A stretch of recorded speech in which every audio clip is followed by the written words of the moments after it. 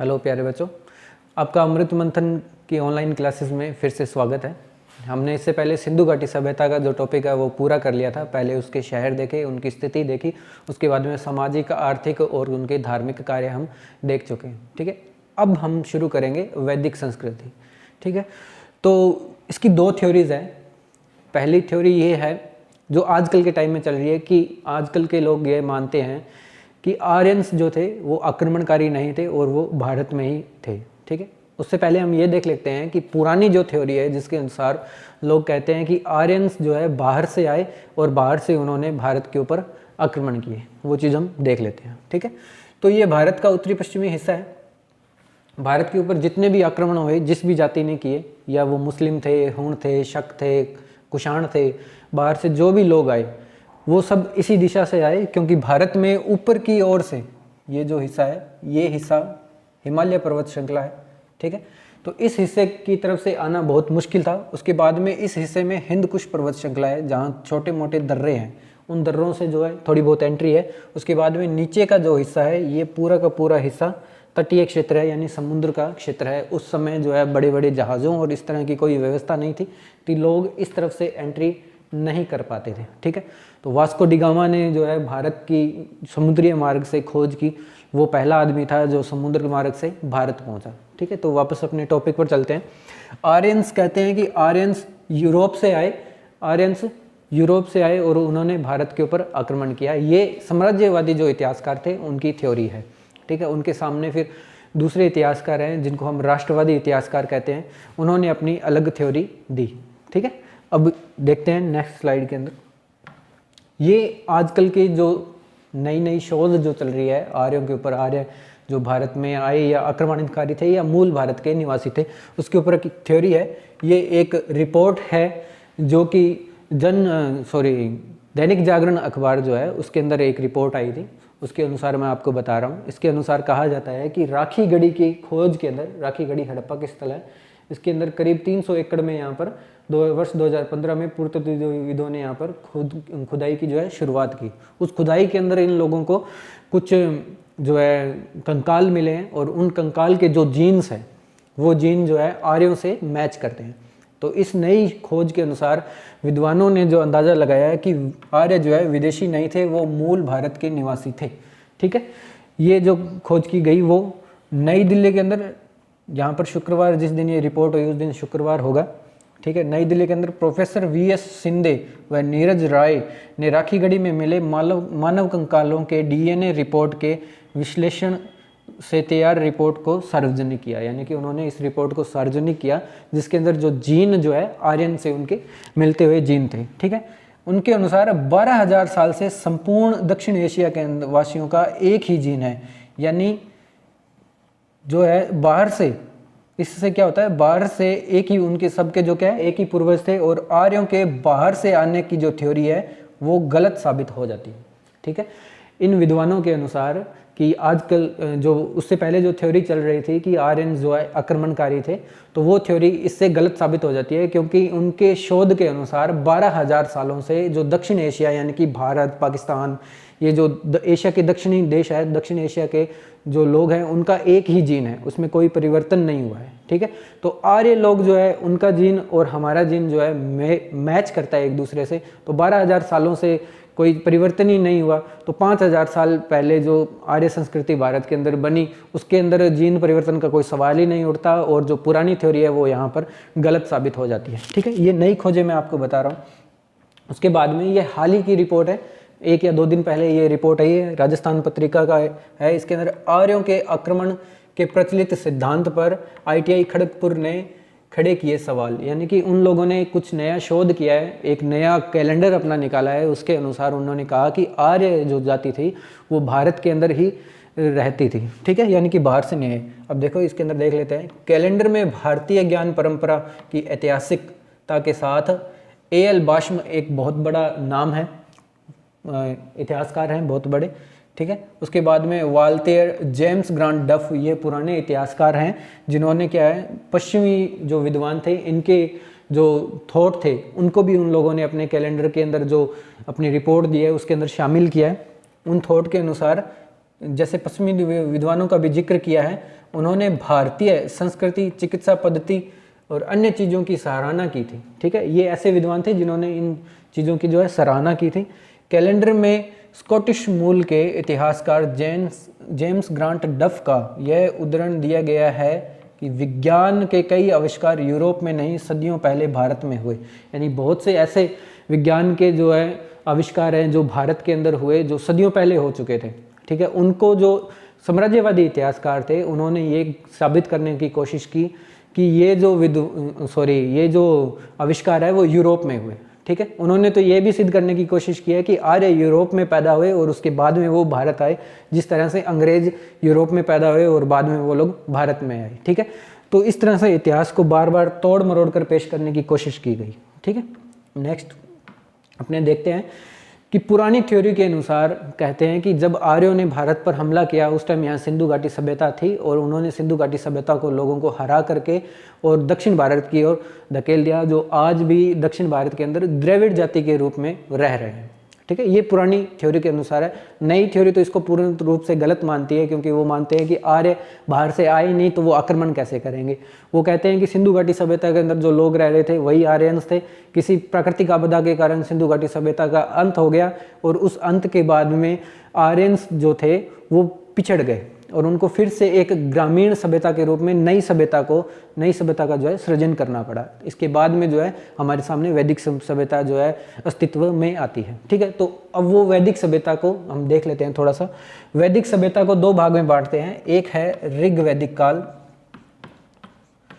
वैदिक काल और दूसरा काल है उत्तर वैदिक काल। ठीक है, इन दो कालों में जो है वैदिक सभ्यता को बांटा जाता है। वैदिक सभ्यता का जो संपूर्ण काल है उसको कहते हैं कि 1500 ईसा पूर्व से लेकर लगभग 600 ईसा पूर्व के बीच का जो टाइम पीरियड है वो वैदिक संस्कृति का टाइम पीरियड था। उसके अंदर से 1500 ईसा पूर्व से लेकर लगभग 1000 ईसा पूर्व का जो टाइम पीरियड था वो था ऋग वैदिक काल। ठीक है, और उत्तर वैदिक काल का जो टाइम पीरियड था वो था 1000 ईसा पूर्व से लेकर लगभग 600 ईसा पूर्व का बीच का जो टाइम पीरियड था वो था उत्तर वैदिक काल। ठीक है, यानी कि वैदिक संस्कृति जब बिल्कुल अपने प्रारंभ में थी उस काल को ऋग्वैदिक काल बोला गया है, क्योंकि ऋग्वैदिक काल में सिर्फ एक ही वेद की रचना हुई जिसका नाम था ऋग्वेद। उस नाम के ऊपर ही ऋग्वैदिक काल उसका नाम रख दिया गया। बाकी के जो 3 वेद थे वो उत्तर वैदिक काल के अंदर बने। टोटल कितने वेद हो गए? 4 वेद। ठीक है, उत्तर वैदिक काल के अंदर बाकी के 3 वेद यजुर्वेद, सामवेद और अथर्ववेद की जो रचना है बाकी के टाइम पीरियड में हुई। तो पहले हम देख लेते हैं ऋग्वैदिक काल के अंदर आर्यों का प्रसार किस तरफ था। ठीक है, सिंधु नदी का जो है यहाँ तिब्बत के पठार में यहाँ से तिब्बत के पठार में सिंधु नदी का उद्गम होता है और वो भारत के जम्मू कश्मीर, फिलहाल ये लद्दाख का एरिया है, तो लद्दाख के अंदर होती हुई ये यहाँ आकर अरब सागर के अंदर गिर जाती है, मतलब अरब सागर है यहाँ। ठीक है, अब क्या हुआ, सिंधु नदी और उसकी 6 सहायक नदियाँ जैसे कि ब्यास, सतलुज, रावी, झेलम और चिनाब, और एक नदी जो यहाँ पंजाब के ऊपर से यहाँ से निकलती थी और सरस्वती के नाम से जानी जाती थी। ठीक है, सरस्वती नदी। ठीक है, जो पंजाब, हरियाणा और राजस्थान से होती हुई पाकिस्तान के सिंध प्रांत से होती हुई सिंधु नदी में मिल जाती थी, लेकिन आजकल के टाइम के अंदर वो क्या है, एक आंतरिक प्रवाह की नदी है। ये हम बहुत बार पढ़ चुके हैं। उस सरस्वती नदी के काफ़ी सारे नाम हैं, वो भी हम कई बार देख चुके हैं। ठीक है, तो आगे देखते हैं। इन 7 नदियों जैसे सिंधु नदी को मिला करके और 6 उसकी जो सहायक नदियाँ थी उनको मिला करके कुल 7 नदियाँ होती है। और इस पूरे क्षेत्र को, पूरा क्षेत्र मतलब अफगानिस्तान, उसके बाद में पाकिस्तान का जो एरिया है, ठीक है, उसके बाद में अपने बात करते हैं जम्मू कश्मीर, उसके बाद में बात करते हैं पंजाब, उसके बाद में बात करते हैं हरियाणा, पंजाब और हरियाणा, उसके बाद में ये दिल्ली का जो एरिया है वो, और अरावली श्रृंखला जो यहाँ से इस तरह से निकलती है राजस्थान के अंदर, और अरावली श्रृंखला के उत्तर का जो एरिया है वो, और पश्चिमी जो यूपी है उसका एरिया, ये सारा एरिया कहलाता है सप्त सैंधव प्रदेश। ठीक है, और इस पूरे एरिया के अंदर जिस जाति का जो अधिकार था वो थी आर्य जाति। ठीक है, और ये जो एरिया है जो मैं अब दिखा रहा हूँ आपको, इस एरिया के ऊपर आर्य जाति का जो है अधिकार था और इसे कहते हैं सप्त सैंधव प्रदेश, सप्त सैंधव प्रदेश, यानी जिसके ऊपर क्या था, 7 नदियाँ, जिसके अंदर एक सिंधु थी और बाकी की उसकी 6 सहायक नदियाँ थी। उन नदियों के बने जो मैदान था, जो क्षेत्र था, उसको सप्त सैंधव प्रदेश कहते हैं। और ऋग्वैदिक काल के अंदर आर्यों का प्रसार यहाँ तक था। ठीक है, इसको कुछ और देख लेते हैं। इस ऋग्वैदिक काल के अंदर आर्यों का जो उत्तरी पॉइंट था वो था तुर्कमेनिस्तान, तुर्कमेनिस्तान। ठीक है, सबसे उत्तर के अंदर था। ठीक है, उसके बाद में दक्षिणी जो बिंदु था वो था अरावली पर्वत श्रृंखला, दक्षिणी बिंदु था अरावली पर्वत श्रृंखला। उसके बाद में सबसे जो पूर्वी बिंदु था वो था पश्चिम यूपी, पश्चिम यूपी यानी उत्तर प्रदेश। ठीक है, और इसके जो पश्चिमी था, सबसे पश्चिम, वो था अफगानिस्तान, अफगानिस्तान। ठीक है, तो आर्यों का जो तुर्कमेनिस्तान है वो सबसे उत्तरी बिंदु था। तुर्कमेनिस्तान से लेकर नीचे राजस्थान में अरावली तक, और इधर पूर्व के अंदर पश्चिम यूपी का जो एरिया है वो, और उसके बाद में अफगानिस्तान का जो एरिया है पश्चिम के अंदर, वहाँ से लेकर के ये जो पूरा एरिया था इसके बीच के अंदर, उस सारे एरिया को सप्त सैंधव प्रदेश बोलते हैं। और इसी एरिया के अंदर ऋग्वैदिक काल के अंदर आर्यों का प्रसार था। ठीक है, अब नेक्स्ट देखते हैं। ठीक है, अब मैंने आपको बताया, जैसे अभी थोड़ी देर पहले मैंने आपको बताया कि आर्यन संस्कृति या वैदिक संस्कृति जो थी, वैदिक संस्कृति, इसका टाइम पीरियड मैंने आपको बताया कि 1500 ईसा पूर्व से लेकर के 600 ईसा पूर्व तक इसका टोटल टाइम पीरियड था। ठीक है, अब क्या हुआ, इसको जानने के कई स्रोत हैं, यानी कि इसका जो इतिहास है इसको कई स्रोत हमें मिलते हैं, कई स्रोतों से इसकी जानकारी मिलती है। उनको 2 भागों में हम बांट लेते हैं। पहला है पुरातात्विक स्रोत, पुरातात्विक स्रोत, और दूसरा है साहित्यिक स्रोत। साहित्यिक स्रोत जो है उनसे हमें इसके इतिहास की जानकारी मिलती है। ठीक है, पुरातात्विक स्रोत के अंदर जो है कुछ अभिलेख हैं, 1-2 अभिलेख हैं, और मृदभांड वगैरह इसके अंदर आते हैं, वो हम देखेंगे। उसके बाद में साहित्यिक स्रोत है, जैसे कि वेद है, उसके बाद में ब्राह्मण ग्रंथ है, उसके बाद में अरण्यक है, उपनिषद है। इस तरह से जो वेदों के जो अंग है, यानी वैदिक संस्कृति के जो साहित्यिक स्रोत है, उसके अंदर हमें उनकी सामाजिक, आर्थिक और राजनीतिक के जो स्थिति है उसके बारे में हमें जानकारी मिलती है। तो इसके अंदर सबसे पहले अपने देखते हैं इसके पुरातात्विक स्रोत। ठीक है, तो इन पुरातात्विक स्रोतों के अंदर सबसे पहले हमें मिला है कस्सी अभिलेख, जो लगभग 1600 ईसा पूर्व का है, यानी 1600 ईसा पूर्व का एक अभिलेख है। तो इस अभिलेख के अंदर ये जानकारी मिलती है कि ईरानी आर्यों की एक शाखा भारत की ओर उसका क्या हुआ, आगमन हुआ। ठीक है, इस अभिलेख से क्या है कि हमें पता लगता है कि ईरान के अंदर जो आर्य रह रहे थे वहाँ से वो लोग भारत में आए। तो इस अभिलेख से यह सिद्ध होता है कि भारत के बाहर से आर्यन जो है भारत के अंदर आए। ठीक है, लेकिन ये भी हो सकता है कि पहले आर्यनों ने जो है भारत के बाहर आक्रमण किया हो या ईरान के ऊपर कब्जा कर लिया हो, उसके बाद में वो लोग जो है वापस से वहाँ से कोई शाखा जो है भारत के अंदर आई हो, ये भी हो सकता है। उसके बाद में बुगुसगोई मितन्नी अभिलेख। ठीक है, बुगुसगोई नाम की एक जगह है, वहाँ से एक अभिलेख मिलता है जो लगभग 1400 ईसा पूर्व का है। ठीक है, इस अभिलेख में क्या होता है, हित्ती का राजा होता है, हित्ती एक कबीला है, हित्ती कबीले का एक राजा है जिसका नाम है सुब्बिलिम। ठीक है, उसके बाद में एक कबीला है मितन्नी कबीला, जिसका राजा नाम था मिताउजा। ठीक है, उस राजा का नाम था। इन दोनों के बीच में जो है युद्ध होता है या कोई संघर्ष होता है, और इनका जो समझौता आता है उसके अंदर 4 जो आर्य देवता हैं, जैसे कि इंद्र, वरुण, मित्र और नाथ से, इनकी कसम उनको दिलाई जाती है। ठीक है, इनकी कसम दिला करके कहा जाता है कि आज के बाद आप लोग युद्ध नहीं करोगे, या युद्ध की आज आप लोग इनकी कसम लेकर के आप क्या करो, इस युद्ध की समाप्ति कर दो। ठीक है, तो इस अभिलेख से सिद्ध होता है कि जो बुगुसगोई जगह है जो एशिया माइनर के अंदर मिलती है, तो इससे भी सिद्ध हो जाता है कि आर्य भारत के बाहर से आ रहे हैं, भारत के अंदर आए। ठीक है, अगला देखते हैं चित्रित धूसर मृदभांड। ठीक है, पेंट ग्रेवेयर जो पोट्स थे या मृदभांड थे, जो मिट्टी के बने बर्तन है, ठीक है, जो ऋग्वैदिक काल के अंदर मिले हैं, तो चित्रित धूसर मृदभांड हमें मिलते हैं। उसके बाद में उत्तर भारत में हरियाणा के पास भगवानपुरा में हुई खुदाई में एक 13 कमरों का मकान तथा पंजाब में 3 ऐसे स्थान मिले हैं जिनका संबंध जो है ऋग्वैदिक काल से माना जाता है। तो ये थे पुरातात्विक स्रोत जिनसे हमें थोड़ी बहुत जानकारी आर्यों के बारे में मिलती है, जो एकदम सफिशिएंट नहीं है। उसके बाद अपने बात करते हैं वैदिक काल के जो है साहित्यिक स्रोत है। उनके अंदर 4 वेद हम सबसे पहले पढ़ेंगे। 4 वेद थे जिनमें से ऋग्वेद सबसे पहला वेद है और सबसे पुराना वेद है। तो हम पहले ऋग्वेद के बारे में पढ़ते हैं।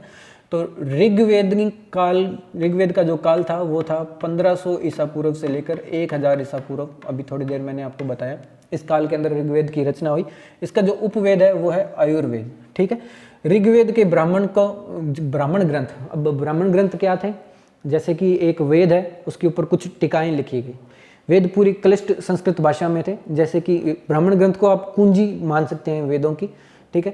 तो ऋग्वेद के ऊपर कुछ ब्राह्मण ग्रंथ लिखे गए, उनके अंदर ऋग्वेद का सार दिया गया और उसके अंदर जो है सरल भाषा के अंदर ऋग्वेद की जो है जानकारी दी गई, उनको कहते हैं ब्राह्मण ग्रंथ, ठीक है।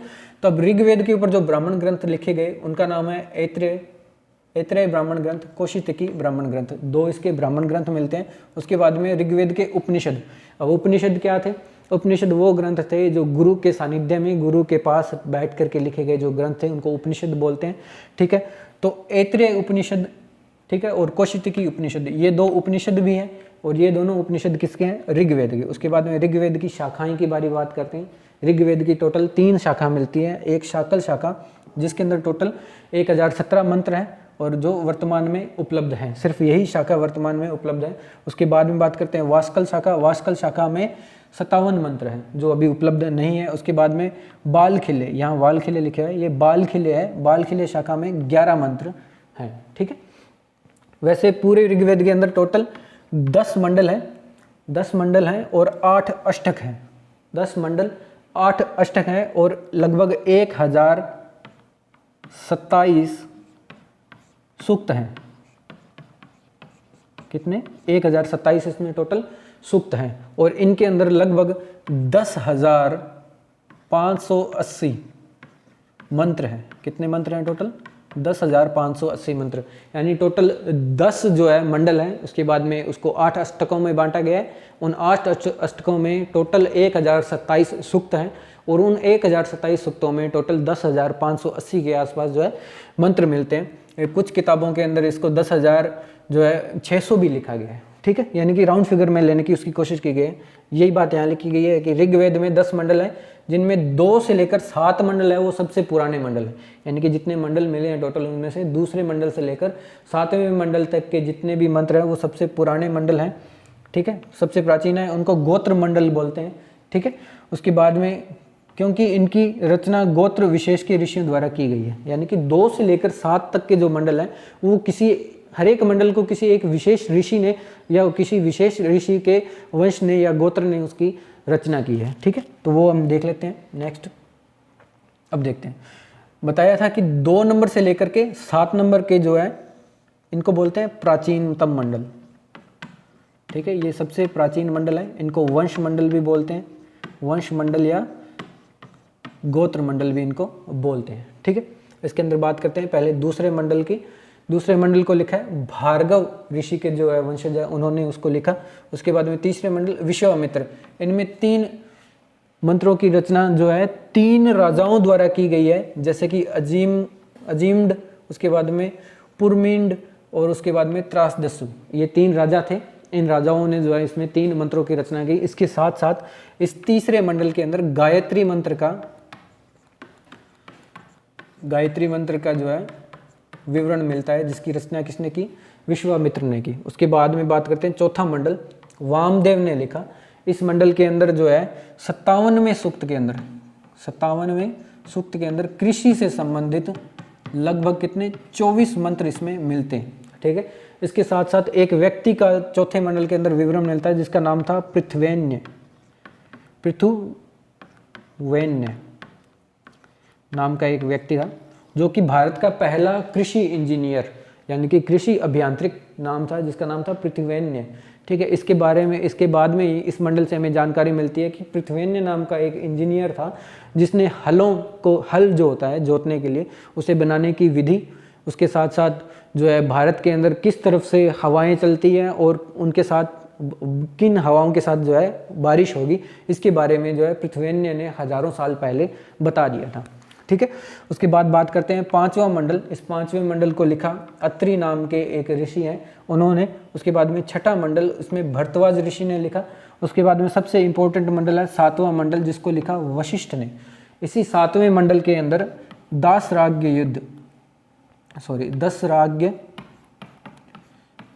दसराज्य युद्ध के बारे में इसके अंदर क्या मिलती है, जानकारी मिलती है। ठीक है, ये कैसा युद्ध था, इसके अंदर भरत वंश का या त्रिशु वंश जिसे बोलते हैं, त्रिशु वंश का एक राजा थे जिसका नाम था सुदास। ठीक है, अब सुदास ने क्या किया, इनका जो पहले पुरोहित था वो थे विश्वामित्र।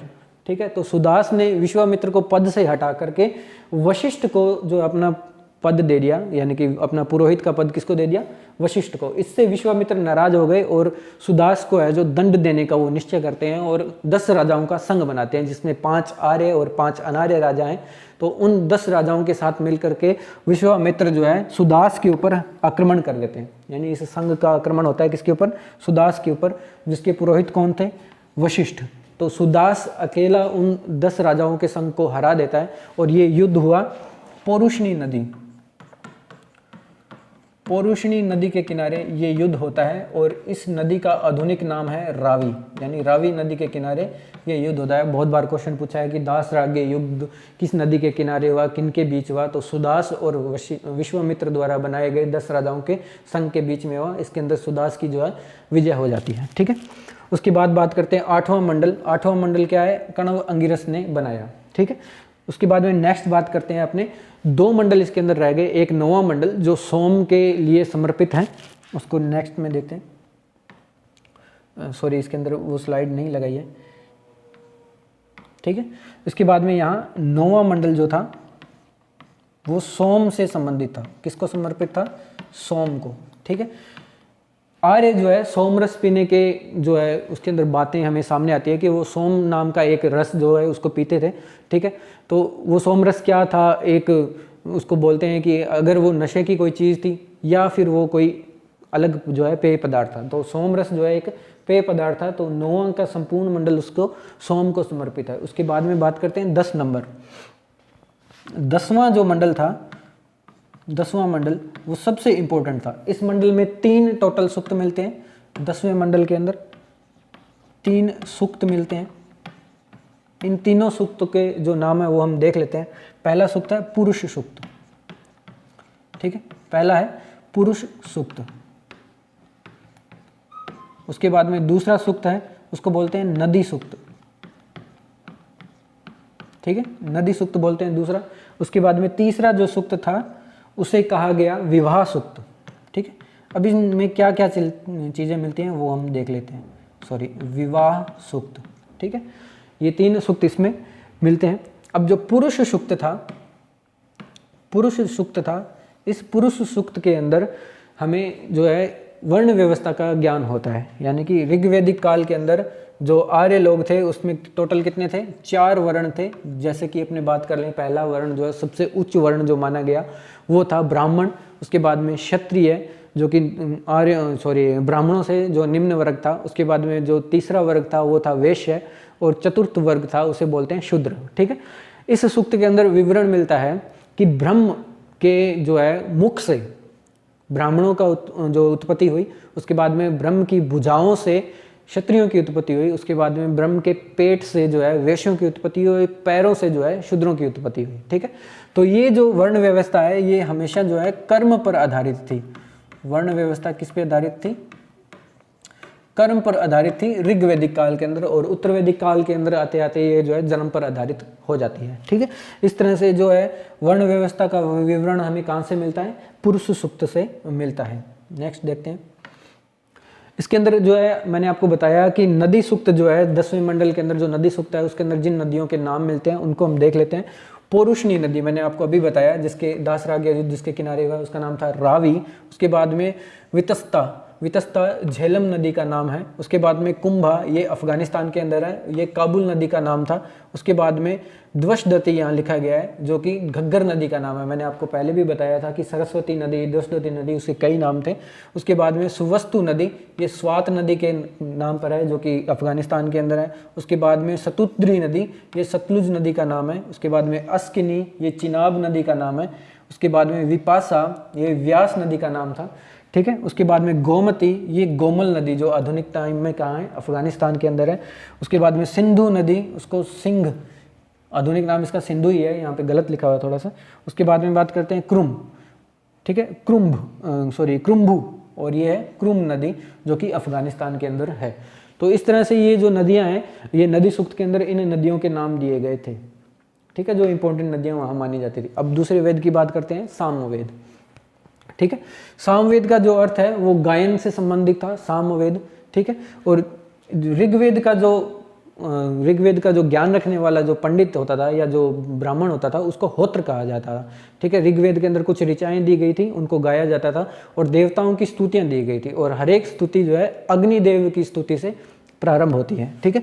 अब दूसरे वेद की बात करते हैं, सामवेद की। जो सामवेद है, साम शब्द से बना है जिसका अर्थ है गान, यानी गाना को गाते हैं, ठीक है। इसके बाद में अर्थात हम कह सकते हैं कि सामवेद में ऋग्वेद के मंत्रों को गाने के योग्य बनाया गया है, ठीक है। तो सामवेद के अंदर टोटल 1875 जो है ऋचाएं हैं, उनमें से 75 सूक्त जो है वो मूल है, यानी कि जो 75 ऋचाएं हैं वो मूल है जो सामवेद की है। बाकी शेष जितनी है वो सब की सब ऋग्वेद से ली गई है, यानी इसको कह सकते हैं कि ये संपूर्ण रूप से ऋग्वेद पर आधारित वेद था, ठीक है। प्राचीन भारतीय संगीत शास्त्र इसको कहा जाता है कि सामवेद के अंदर सबसे पुराने जो है संगीत के साक्ष्य हमें मिलते हैं। उसके बाद में सामवेद का प्रमुख देवता सविता यानी सूर्य है, किंतु सूर्य के अलावा इंद्र तथा सोम का भी वर्णन मिलता है। सामवेद के अंदर इंद्र और सोम का भी वर्णन है। इसके बाद में सामवेद को भारतीय संगीत का मूल माना जाता है, यानी कि जहाँ से भारतीय शास्त्रीय संगीत की उत्पत्ति हुई वो था सामवेद। उसके बाद में इस वेद का प्रथम दृष्टा वेद व्यास के शिष्य जैमिनीय थे, ठीक है। आगे देखेंगे जैमिनीय इसका जो है एक ब्राह्मण ग्रंथ भी है। जैमिनीय नाम के एक व्यक्ति थे, उनको प्रथम दृष्टा मानता है, लेकिन इसका जो संकलन है वो वेद व्यास ने किया था। उसकी बात करते हैं, अनुष्ठान हवन के समय सामवेद के मंत्र गाए जाते थे। अब अनुष्ठान और हवन जब किया जाता था तो सामवेद में जो मंत्र लिखे हैं उनको गाया जाता था, और उनको गाने वाला जो व्यक्ति था, जो ब्राह्मण था, उसको कहते थे उद्गाता, ठीक है। वो अपने नेक्स्ट स्लाइड में देखते हैं। देखिए, सामवेद के पुरोहित को उद्गाता या उद्गात्र कहते थे। उसके बाद में कृष्ण ने कहा कि मैं वेदों में सामवेद हूँ, यानी कृष्ण, भगवान कृष्ण जो थे उनको सामवेद सबसे प्रिय वेद था, ठीक है। नेक्स्ट बात करते हैं, सामवेद का उपवेद जो है गंधर्व वेद है, ठीक है। सामवेद गंधर्व वेद दोनों के अंदर जो है गाने के से संबंधित जो काम जो किए जाते हैं, तो गंधर्व वेद क्या है, सामवेद का जो है उपवेद है। उसके बाद में सामवेद के जो ब्राह्मण ग्रंथ है उसको देख लेते हैं। पंचविश ब्राह्मण जो है तांडव उससे संबंधित है। उसके बाद में षड्विश ब्राह्मण, जैमिनीय ब्राह्मण, ये जैमिनीय जो व्यक्ति हमने पीछे बात की थी वही था जो इसकी क्या थे, प्रथम दृष्टा। इसके प्रथम दृष्टा किसको कहा गया था, जैमिनीय नामक ब्राह्मण को कहा गया था, ठीक है। उसके बाद में बात करते हैं छंदोग्य उपनिषद। छंदोग्य उपनिषद के अंदर सबसे पहले भगवान श्री कृष्ण का वर्णन मिलता है, ठीक है। यहाँ लिखा भी हुआ है कृष्ण और विष्णु से संबंधित है, और सबसे पहला विवरण जो है छंदोग्य उपनिषद के अंदर कृष्ण का विवरण मिलता है। उसके बाद में जो इसके उपनिषद हैं वो है छंदोग्य उपनिषद और केन उपनिषद, ठीक है। इस तरह से इसके ब्राह्मण ग्रंथ और जो है उपनिषद हमने देख लिए। आगे बढ़ते हैं, अगला है यजुर्वेद, ठीक है। यजुर्वेद हिंदू धर्म का एक महत्वपूर्ण श्रुति ग्रंथ है, ठीक है। इसके अंदर जो है यज्ञ से संबंधित जो क्रियाएं वो दी गई, ठीक है। और इसका जो इसको गाने वाला या इसका ज्ञान रखने वाला जो ब्राह्मण है उसको कहा जाता था अधर्व्य, ठीक है। वो हम नेक्स्ट आगे देख लेते हैं, लेकिन इसकी इंपॉर्टेंट चीजें देख लेते हैं। 4 वेदों में से ये एक है, इसमें से गद और पद दोनों में मिलता है। एकमात्र ऐसा वेद है जो गद और पद दोनों में मिलता है, ठीक है। दोनों में इसके मंत्र है, लेकिन यह वेद मुख्य रूप से गद्यात्मक ग्रंथ है, यानी कि सबसे ज्यादा इसमें गद्यात्मक जो ग्रंथ है। यज्ञ में कहे जाने वाले गद्यात्मक मंत्रों का यजुष कहा जाता है, ठीक है। जो मंत्र होते हैं उनको क्या कहते हैं, यजुष, यानी जो गद्यात्मक मंत्र है जो यज्ञ में यूज किया जाता है उनको यजुष कहा जाता है। इसी के नाम के ऊपर इसका नाम यजुर्वेद पड़ गया, ठीक है। उसके बाद में यजुर्वेद में यज्ञों की विधि का वर्णन मिलता है, जैसे कि मैंने आपको बताया, जो कर्मकांडीय ग्रंथ है। उसके बाद में ऋग्वेद की रचना सप्त सिंधु प्रदेश में हुई, जबकि यजुर्वेद की रचना कुरुक्षेत्र का जो एरिया है उसके अंदर जो उस प्रदेश में इसकी रचना हुई। उसके बाद में बात करते हैं यजुर्वेद के दो भाग है, एक कृष्ण यजुर्वेद, ठीक है। दक्षिण भारत में कृष्ण यजुर्वेद शाखा का उदय हुआ, ये दक्षिण भारत में हुआ। दक्षिण भारत में जो आर्य संस्कृति है उसका विस्तार अगस्त्य नाम के एक ऋषि ने किया, तो वहाँ पर जो शाखा है जिसका विकास हुआ उसको कहते हैं कृष्ण यजुर्वेद। उसके बाद में शुक्ल यजुर्वेद जो उत्तर भारत के अंदर इसकी शाखा में जो प्रचलित था उसको कहते हैं शुक्ल यजुर्वेद। नेक्स्ट देखते हैं यजुर्वेद के जो पुरोहित है, मैंने आपको बताया यहाँ पे अधर्व्य लिखा है लेकिन उसका नाम था अधर्व्यु, ठीक है। यजुर्वेद का उपवेद धनुर्वेद है, यानी कि धनुष या उसके संबंधित जो भी चीज़ थी उनसे संबंधित जो उपवेद है वो है धनुर्वेद। उसके बाद में यजुर्वेद के ब्राह्मण ग्रंथ वो देख लेते हैं। कृष्ण यजुर्वेद का एक ब्राह्मण ग्रंथ है तैत्तिरीय ब्राह्मण ग्रंथ, ठीक है। शुक्ल यजुर्वेद का ब्राह्मण ग्रंथ है शतपथ ब्राह्मण ग्रंथ, ठीक है। अब नेक्स्ट बात करते हैं यजुर्वेद के उपनिषद देख लेते हैं। कृष्ण यजुर्वेद के उपनिषद है तैत्तिरीय उपनिषद और कठोर उपनिषद। ये कठोर उपनिषद है, इसके अंदर यम और नचिकेता का संवाद जो है इसमें संबंधित है। उसके बाद में बात करते हैं श्वेताश्वर उपनिषद, इसमें रुद्र से संबंधित जो है जो ज्ञान इसमें दिया गया है। उसके बाद में मैत्रायणी उपनिषद इसका एक अन्य उपनिषद है। उसके बाद में शुक्ल यजुर्वेद के उपनिषद हम देखते हैं तो एक वृद्धारण्यक उपनिषद और उसके बाद में ईशो उपनिषद, ये दो उपनिषद जो है शुक्ल यजुर्वेद से संबंधित है जो उत्तर भारत के अंदर जिसकी शाखा प्रचलित है। नेक्स्ट देखते हैं अथर्ववेद, ठीक है। अथर्ववेद जो है हिंदू धर्म के अंदर सबसे पवित्रतम जो है संहिता इसको माना गया है। अथर्ववेद संहिता हिंदू धर्म में पवित्रतम और सर्वोच्च धर्म ग्रंथ वेदों में से एक है। यह वेद सबसे बाद में लिखा गया। अथर्ववेद के देवताओं की स्तुति के साथ साथ चमत्कार, चिकित्सा विज्ञान, दर्शन के मंत्र इसके परिचायक और ऋषि क्या थे इसके अथर्वा थे, ठीक है। यानी अथर्वा ऋषि ने जो इसको लिखा, इसकी रचना की थी, इसलिए इसको अथर्ववेद इसको कहा जाता है, ठीक है। यह वेद आर्य संस्कृति के साथ साथ अनार्य संस्कृति से भी संबंधित है। ये बहुत इंपॉर्टेंट लाइन है क्योंकि आर्य संस्कृति से संबंधित तो बाकी तीन वेद थे, ठीक है। कौन से वेद? ऋग्वेद, यजुर्वेद और सामवेद। इसलिए इन तीनों वेदों को क्या कहते हैं? वेदत्रयी कहा जाता है, ठीक है। और अथर्ववेद जो है आर्य संस्कृति के साथ साथ अनार्यों से संबंधित, यानी जो आर्य जाति से संबंधित लोग नहीं थे उनसे भी संबंधित है। इसलिए इसे जो है वेदों के अंदर जो तीन वेद है जो मुख्य वेद है उनकी श्रेणी से इसको बाहर रखा गया है। यानी कि जो ऋग्वेद, यजुर्वेद और सामवेद है इनको वेदत्रयी कहा जाता है, ठीक है। अब देखते हैं, अतः इस वेद को पूर्व के तीन वेदों के समान महत्व प्रतिष्ठा प्राप्त नहीं है और इसे क्या है वेदत्रयी ऋग्वेद, यजुर्वेद सामवेद और यजुर्वेद में शामिल नहीं किया गया है। इस वेद में टोटल कितने हैं? 20 मंडल है। उसके बाद में 731 सूक्त और 5497 मंत्र, कहीं कहीं इसमें जो है 6000 भी लिखा गया है। तो 5797 मंत्र इसमें मिलते हैं, जिनमें से 200 मंत्र है जो ऋग्वेद से लिए गए हैं, ठीक है। यानी ये वेद आंशिक रूप से ऋग्वेद पर जो है आधारित है। जो पूर्ण रूप से आधारित था वो था सामवेद, ठीक है। उसके बाद में बात करते हैं अथर्ववेद में तंत्र, मंत्र, जादू टोना, शल्य चिकित्सा, औषधि विज्ञान की जानकारी भी मिलती है जो कि अनार्य संस्कृति के तत्व थे, ठीक है। इसके बाद में बात करते हैं, इस वेद को भारतीय चिकित्सा शास्त्र का प्राचीनतम ग्रंथ कहा जाता है। यानी चिकित्सा के जो सबसे पहले नियम है वो अथर्ववेद के अंदर मिलते हैं। उसके बाद में बात करते हैं मगध अंग जैसे क्षेत्रों, जैसे हस्तिनापुर के राजा परीक्षित का उल्लेख भी अथर्ववेद में मिलता है। मगध के लोगों को अथर्ववेद में क्या को कहा गया है? व्रात्य कहा गया है। यानी वो उनको आर्य में इनको नहीं गिनते थे, ठीक है। जो आर्य नहीं थे उनको व्रात्य लोग कहा जाता है। अथर्ववेद में 2 शाखाएं थी, एक शौनक शाखा, दूसरी है पिप्लाद शाखा, ठीक है। नेक्स्ट देखते हैं, अथर्ववेद के पुरोहित है उसको ब्रह्मा कहते थे जो यज्ञ का निरीक्षण करता था, ठीक है। मैंने आपको बताया ऋग्वेद का जो ब्राह्मण था उसको बोलते थे होत्र। उसके बाद में यजुर्वेद का जो ब्राह्मण था उसको बोलते हैं अधर्व्यु। उसके बाद में बात करते हैं सामवेद का जो ब्राह्मण था उसको बोलते हैं उद्गाता, ठीक है। अब ऋग्वेद का जो ब्राह्मण था वो ऋचाएं जो स्तुति थी उसको करने का काम करते थे। उसके बाद में यज्ञ जो संचालन जो करता था वो करता था अधर्व्यु। उसके बाद में उद्गाता जो सामवेद का जो गायन का काम करता था। उसके बाद में बात करते हैं ब्रह्म जो यज्ञ का निरीक्षण, यानी कि यज्ञ सही तरह से चल रहा है या नहीं, ये काम कौन देखता था? अथर्ववेद का जो पुरोहित होता था वो देखता था। उसके बाद में बात करते हैं उपवेद जो है इसका था शिल्पवेद, ठीक है। फिर बात करते हैं अथर्ववेद के ब्राह्मण ग्रंथ है, एक ही ब्राह्मण ग्रंथ है गोपथ। उसके बाद में इसके जो उपनिषद हैं वो 3 हैं। पहला है मुंडक, फिर मांडुक्य, फिर प्रश्न जो है इसके उपनिषद है, उसके बाद में मुंडक से सत्यमेव जयते ली गई है, और यज्ञ तुलना फूटी हुई नाव से की गई है। ठीक है, तो ये जो है उपनिषदों के अंदर टूटी हुई नाव की जो है ये मुंडक उपनिषद में की गई है, और भारत का जो वाक्य है सत्यमेव जयते वो मुंडक उपनिषद से लिया गया है। ठीक है, और इसके साथ ही हमारे जो है 4 वेद है यहाँ समाप्त होते हैं। इसके बाद में हम जो है वैदिक संस्कृति के जो सामाजिक पक्ष हैं उसको देखेंगे, फिर हम देखेंगे कि वो धार्मिक क्रियाओं के अंदर वो किस तरह के काम करते थे, और उसकी अगली क्लास में देखेंगे उनकी आर्थिक क्रियाएं हैं। ठीक है, जो ये इस तरह से हमारी क्लासें आगे चलती रहेगी। आप हमारा जो है सहयोग लगातार करते रहें, हमारे चैनल को जो है लाइक, शेयर और सब्सक्राइब जो है लगातार करते रहें। ठीक है, धन्यवाद।